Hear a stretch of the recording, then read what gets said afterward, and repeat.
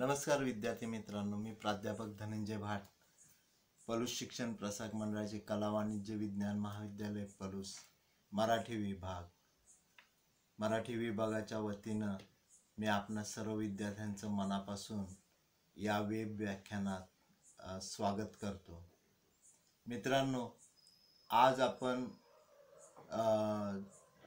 आपल्या या व्याख्यान चर्चेत आपला जो साहित्य विचार हा पेपर आहे किंवा अभ्यासपत्रिका आहे, त्या अंतर्गतच येणाऱ्या अलंकारावी या घटकासंदर्भात आपण चर्चा करत होतो। म्हणजे आतापर्यंत आपण अलंकाराचं स्वरूप, विशेष अलंकाराचे प्रकार, त्यात होणारे शब्दालंकार, अर्थालंकार याची माहिती घेत पुढे सरकत आहोत आणि आपल्या अभ्यासक्रमामध्ये जे अलंकार आहेत त्याची चर्चा करत आहोत।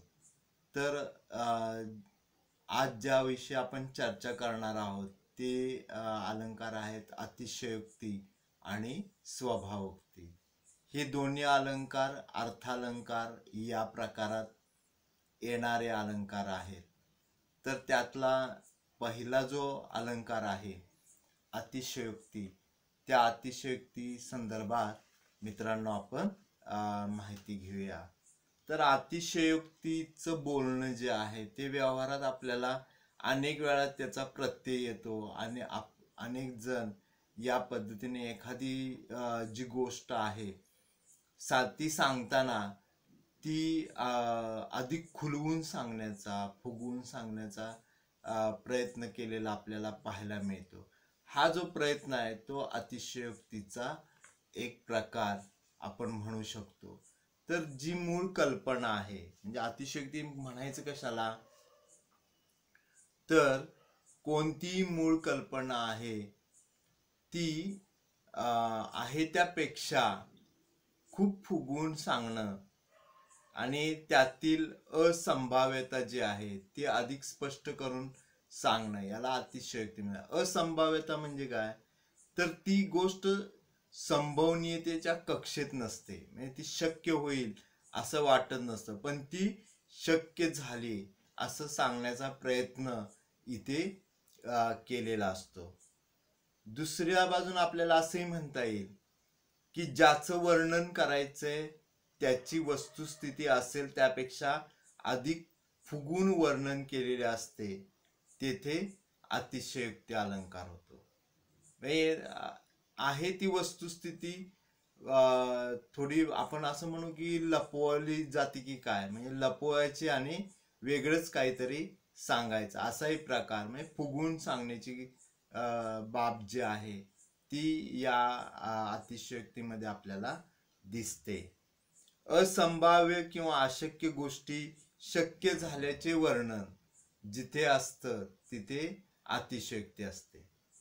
आता इथे आपल्याला अधिक स्पष्ट झालं की अशक्य वाटणारे ज्या गोष्टी आहेत त्या गोष्टी किंवा असंभाव्य होऊच शकणार नाही असं जे आपल्याला वाटत असतं ते जिथं शक्य झाल्यासारखं दाखवलं जातं ते अतिशयोक्तीचं उदाहरण होऊ शकतं किंवा त्याला आपण अतिशयोक्ती म्हणू शकतो। अतिशयोक्तीत वस्तुस्थिती जशी असेल त्यापेक्षा तिचे अधिक फुगवून वर्णन केलेले असते। ही गोष्ट आपण लक्षात ठेवली की अतिशयोक्तीचं स्वरूप हे आपल्याला समजायला काहीही अवघड जात नाही आणि दैनंदिन व्यवहारामध्ये आपल्याला अतिशयोक्तीनं बोलण्याचा किंवा विधान करण्याचा जो भाग आहे तो नेहमी आपल्याला असा दिसतो। तर या अतिशयोक्तीची जी उदाहरणं आहेत ती पाहिली की आपल्याला हे आणखी अतिशयोक्ती अलंकारचं स्वरूप जे आहे ते स्पष्ट होईल। तर मित्रांनो, आपल्याकडं ग्रामीण भागात उखाणे वगैरे घेतले जातात, म्हणी म्हटल्या जातात, तर त्यामध्ये सुद्धा अतिशयोक्तीचा भाग कधी कधी अधिक असतो। जी गाणी आहेत त्याच्यात मुलींचं एक भोंडल्याचं गाणं आहे, तर त्याचं एक उदाहरण म्हणून आपण इथं बघूया।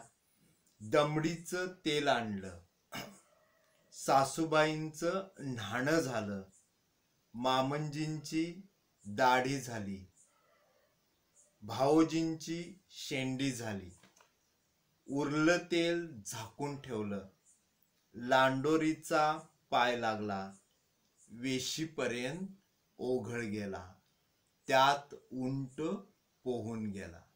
आता हे एक दमडीचं तेल आहे, आणलेलं आहे.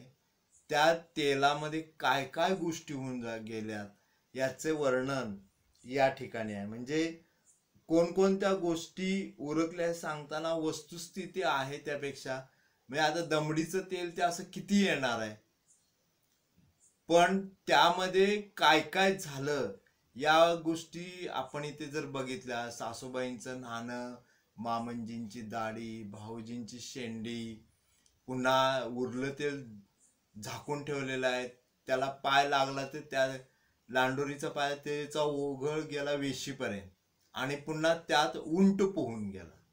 असं वस्तुस्थिती आहे. त्यापेक्षा किती ते फुगून सांगण्याचा भाग या उदाहरणामध्ये आपल्याला दिसतो. आणि त्यातनं ही एक बोलण्याची पद्धती आपल्याला असलेली पण पाहायला मिळते की लोक अतिशयोक्तीचा बोलताना वापर कसा करतात. त्यानंतरचं एक उदाहरण आपण बघूया की काव्य झाले अगोदर, नंतर जग झाले सुंदर, रामायण आधी मग झाला राम जानकी वर. कवी बींची ही कविता आहे, त्यातले हे पद. यामध्ये रामायण आधी आणि नंतर राम आणि जानकी म्हणजे सीता यांचा विवाह झाला. तर असं पहिलं काय झालं नंतर काय झालं अशी शक्यता जी असते ती इथे येताना दिसते. त्यानंतरच एक उदाहरण आहे ते रघुनाथ पंडितांच्या दमयंती स्वयंवरातलं आहे. जो अंबरी उफळता खूर लागला आहे, तो चंद्रमा निज तनुवरी डाग लागलाय. आता या आपण चंद्र नेहमीच बघतो, तर त्या चंद्रावरती एक काळा डाग दिसतो. या डागा संदर्भात अनेक तर्कवितर्क केले जातात. तर रघुनाथ पंडितांनी नल दमयंतीमध्ये जो नलराजा आहे, त्या नलराजाचा घोडा जो आहे तो इतका उंच उधळला की त्या घोड्याच्या टापान जो खूर आहे तो चंद्रावर पडला. म्हणजे तो ती जे खुराचा टापेचा भाग आहे तो चंद्रावरती पडला आणि त्यामुळे तिथे तो डाग निर्माण झालाय. अशी एक कल्पना इथं केली की तोच डाग चंद्र आपल्या शरीरावर निज तनुवरी असं म्हणले, म्हणजे कायमचा तो डाग तिथे पडलेला आणि तो घेऊनच तो फिरतोय अशी कल्पना केलेली आहे. अतिशयोक्ती. आता पृथ्वीवर कुठे आणि चंद्र कुठे, म्हणजे धरा आणि अवकाश जे आहे, आकाश जे आहे, अवनी जे आहे, त्यामध्ये अंतर किती आहे. या एवढा अंतर असताना तो घोडा उधळतो आणि त्याची टाप त्या चंद्रावर पडते. ही कल्पना म्हणजे असंभवनीतेच्या कक्षेत येणारी कल्पना आहे, पण ते शक्य झाल्यासारखं वाटतं. तर अशी उदाहरणं आपल्याला दिसतात.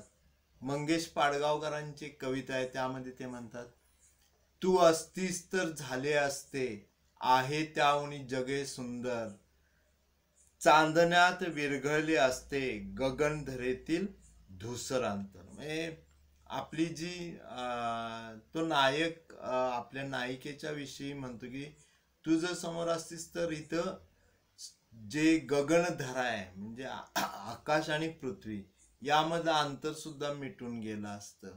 तर अशा अतिशयोक्त कल्पना करून कवी किंवा मराठी साहित्यात अशी उदाहरणं आपल्याला दिसतात, त्यामुळे ते साहित्य अधिक वाचकाला मनात तरंग निर्माण करतं. हे जे अलंकार आहेत हे खरं तर विविध वलय अर्थाचे निर्माण करतात. त्यामुळं अलंकाराचं महत्त्व हे मान्य केले गेलेलं आहे. तर अशा पद्धतीने आपण हा अतिशयोक्ती अलंकाराचं स्वरूप पाहिलं. यानंतर पुढचा जो अलंकार आहे त्याकडे आपण वळूया. तो आहे स्वभावोक्ती. स्वभावोक्ती अलंकार जो आहे यामध्ये मित्रांनो एखाद्या व्यक्तीचं, प्राण्याचं, वस्तूचं, त्याच्या स्वाभाविक स्थितीचं किंवा हालचालींचं हुबेहूब वर्णन केलं जातं. तिथे स्वभावोक्ती अलंकार होतो. या स्वभावोक्ती अलंकारात तुम्हाला ते वर्णन करताना कशाची गरज आहे तर तुमचं बारकाईने निरीक्षण असलं पाहिजे, सूक्ष्म निरीक्षण. ते मांडताना त्या पदामध्ये आलेली चमत्कृती अर्थाची आणि आकर्षकता हे अपेक्षित असतं. केवळ हुबेहूब एखाद्या व्यक्तीचं वर्णन ते दिसायला कशा वगैरे याने हा अलंकार स्वभावोक्ती होत नाही. हेही तितकंच आपण लक्षात घेतलं पाहिजे. मग स्वभावोक्ती अलंकार असतो तरी कसा हे आपल्याला अधिक स्पष्ट होते. ते त्याचं आपण एखादं उदाहरण बघू. तेव्हा तर पुढे आपण उदाहरणाकडे वळूया आणि यात ते अधिक स्पष्ट होऊन जाईल. तर मित्रांनो, बासी मर्ढेकरांची एक कविता आहे गणपतवाणी. त्या कवितेमध्ये त्यांनी गणपतवाणीचं सुंदर स्वभाव चित्र रेखाटलेलं आपल्याला पाहायला मिळतं. तर तेच एक उदाहरण म्हणून इथे आपण घेतलेलं आहे. तर ते त्यात बघा गणपतवाणीचं स्वभाव चित्रण कसं, म्हणजे स्वभावोक्ती कशी कवी दाखवतो. गणपतवाणी विडी पिताना चावायाचा नुसती काडी. गणपतवाणी विडी पिताना चावायाचा नुसती काडी, म्हणायचा अन मनाशीच की या जागेवर बांधीन माडी. मिचकावनी मग उजवा डोळा, मिचकावनी मग उजवा डोळा आणि उडवूनी डावी भिवई. भिरकावून ती तशीच द्यायचा लकेर बेचव जैशी गवई. आता बघा ही खूप सुंदर कविता आहे मर्ढेकरांची. आता आपण उदाहरण दाखल घेतलेल्या भागावरच चर्चा करायची झाली तरी लक्षात येईल की हा गणपतवाणी त्याचं दुकान आहे, त्या दुकानात बसून विड्या ओढायचा आणि मग ती विडी पण थोटूक असल्यासारखं आणि नुसतंच ती काडी चावत बसायचा. म्हणायचा थोडं दरिद्री होता, त्यामुळं मनाशी म्हणायचा की मी या दुकानाच्या जागेवर कधीतरी माडी बांधेन. आणि मग त्याची ज्या हालचाली, मिचकावणी, उजवा डोळा, उडवणी भावी, हे म्हणजे कवीनं इथे हे सूक्ष्म निरीक्षणाने लिहिलेली गोष्ट आहे. भिरकावणी ती तशी ज्या लकेर बेचव जैशी. जसे एखाद्या गायकाला तो ताना घेत असतो गाण्याचा, त्याला ती लकेर जर गाण्याची ती सुरावट त्याला आवडली नाही तर तो कशी बाजूला करतो, त्या पद्धतीने मग ती तोंडातली काडी तो फेकून देतो. असं स्वभावोक्ती एखाद्या व्यक्तीचं त्याच्या स्वाभाविक स्थितीचं, हालचालीचं बारकाईनं वर्णन या ठिकाणी अपेक्षित असतं. त्यानंतर पुढचं उदाहरण आहे. अंधाराची रजनी होती, हृदयी भरल्या होत्या खंती. अंधारातची घडले सारे, लक्ष न लक्षी वरचे तारे. ही केशवसुतांची कविता आहे की आपलं मन उदास असलं तर आपल्याला आजूबाजूला काय चाललंय इकडं आपलं अजिबात लक्ष राहत नाही. आणि तेच इथं आहे की रात्र अंधारी होती पण मन उदास होतं आणि त्यामुळं त्यावेळेला आकाशात असलेले लक्ष तारे त्याकडे त्याचं लक्ष जात नाही. तर असं ही माणसाची अवस्था जी आहे म्हणजे त्या व्यक्तीची, की त्याला आजूबाजूला काय जे सुंदर आहे किंवा आजूबाजूला जे काही डोळ्यांना नजारा दिसतो तो तिकडे तो अजिबात लक्ष देत नाही, खिन्न मनानं चालत राहतो. तर असं केशवसूत या कवितेत वर्णन करताना दिसतात. त्यानंतरचं उदाहरण आहे ते रेवरंट टिळकांची एक कविता आहे. त्या कवितेतला आहे, मातीत ते पसरले अतिरम्य पंख, केले वरी उदर पांडुर निष्कलंक, चंचू तशीच उघडी पद लांबविले, निष्प्राण देह पडला श्रमही निमाले.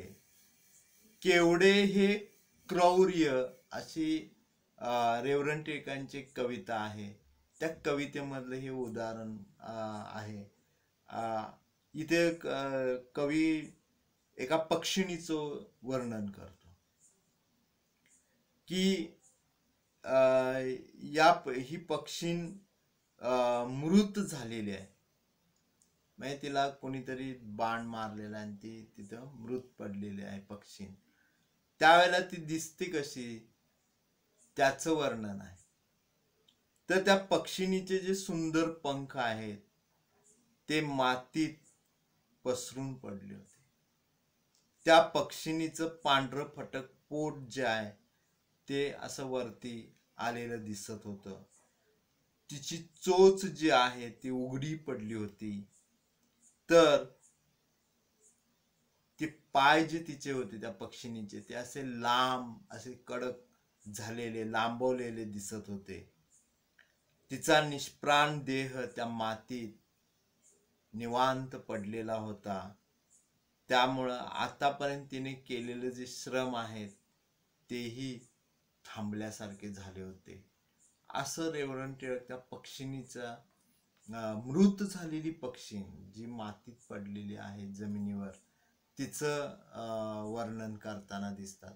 तर असं हुबेहूब एखाद्या वस्तूचं, प्राण्याचं किंवा व्यक्तीचं वर्णन ज्यात येतं तो अलंकार जो आहे तो स्वभावोक्ती आहे. तर मित्रांनो, आतापर्यंतच्या या आपल्या अलंकार चर्चेमध्ये आपण बरीचशी माहिती अलंकाराच्या संदर्भात घेतली. आपल्याला जो साहित्य विचारांतर्गत हा अलंकार विभाग आहे त्या विभागावरती आपण आतापर्यंत चर्चा करताना ही शब्दालंकार, अर्थालंकार ते कसे असतात, त्याचं स्वरूप काय असतं या संदर्भात माहिती घेतलेली आहे. आणि नक्कीच तुम्हाला ती आवडली असेल अशी मला अपेक्षा आहे. तर पुढच्या भागामध्ये आपण आपल्या इतर अभ्यासपत्रिका संदर्भात चर्चा करणार आहोतच. या कोरोनाच्या पार्श्वभूमीवर आपण या वेब माध्यमातून भेटतोय. तरी घरी राहा, आपल्या कुटुंबात सुरक्षित राहा मित्रांनो. धन्यवाद.